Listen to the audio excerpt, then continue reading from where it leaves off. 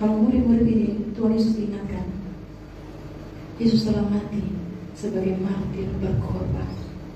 Dan 12 murid Yesus, mereka mati sebagai martir. Ada yang dibakar, ada yang tidak. Dengan semua rasul-rasul yang lain semuanya mati, dihukum mati, supaya keselamatan ini bisa sampai kepada bangsa-bangsa, supaya Injil Yesus bisa dibawa. Dan misionaris yang bawa berita Injil ke tanah air Indonesia dan bangsa-bangsa lain, mereka juga mati. Berapa banyak misionaris yang memberitakan Injil di Manado, di Tanah Pata, di Papua. Banyak mereka awalnya mereka membawa Injil, mereka mati, dibunuh, ada yang dimakan. Hanya gara-gara supaya bangsa ini yang berdosa ini mendapat warisan iman, warisan keselamatan sebagai orang Kristen, sehingga kita menjadi generasi yang mudah untuk mengenal Yesus. Tuhan bilang, sampaikan ya, aku sudah mati untuk manusia yang berdosa. Bukan hanya aku yang mati, muridku juga mati dikorbankan supaya kalian ini bisa selamat dapat berita Injil. Dan misionaris yang datang ke negara kau juga mati dibunuh. Dan banyak hamba Tuhan mati dibunuh. Karena menjadi beri bumi ini, hargai kematian dan pengorbananku Yesus Kristus. Oh ya Tuhan, begitu banyak darah yang tertumpah di tanah air Indonesia, supaya bangsa Indonesia mendapatkan warisan keselamatan oleh iman saudara. Ya. Semuanya karena kasih. Ya. Jadi ini namanya kasih. Bagi Yesus ku serahkan. Itulah murid-murid Yesus. Itulah hamba-hamba Yesus Kristus yang setia dalam penderitaan setia. Kita dalam kesehatan, dalam keadaan diberkati, kita tidak mau bayar harga dan setia sampai mati. Saudara, itu salib kita. Itu salib karena dunia ini bawanya api. Dunia ini bawanya api.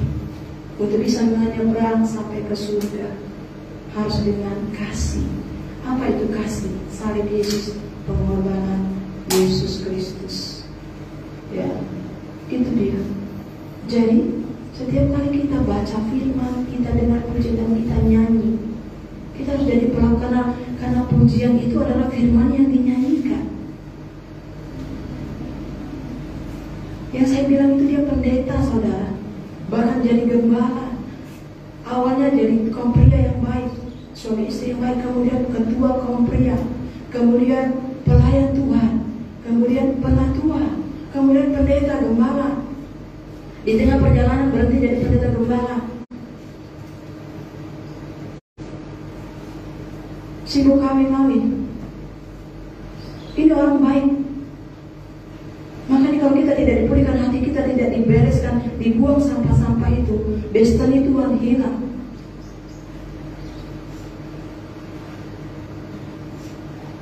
Jadi kalau kita nggak benar-benar punya iman sama Yesus dan menjadi pelaku firman setiap hari, itu gampang sekali jatuh dan hilang. Saya juga banyak lihat anak-anak muda sebelum saya masih menjadi ERT, saudara.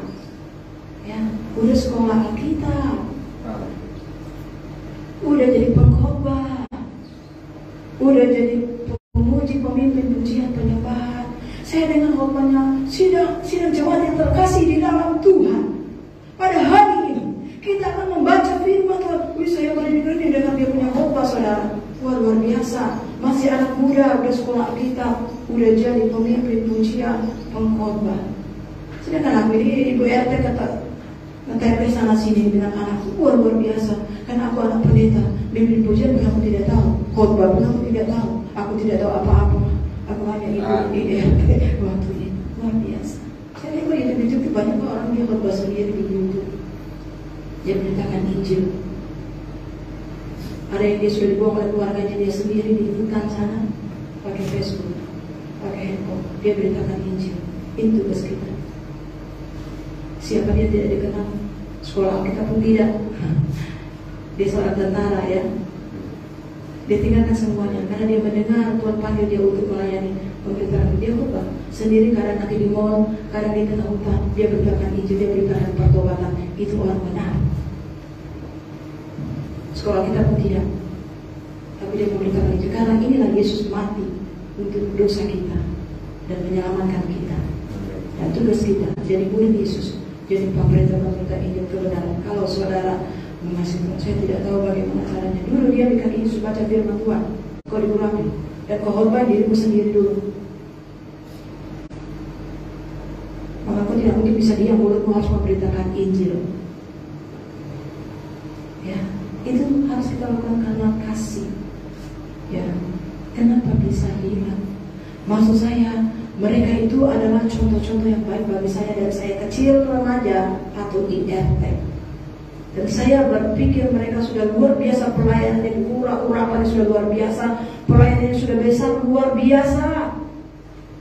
Anak-anak muda yang saya masih ibu RT dulu, mereka udah jadi yang katanya WR lah, song leader lah, pengkhotbah lah, ketua kaum muda lah, ketua kaum ibu lah, ketua kaum apa, pengkhotbah pendeta.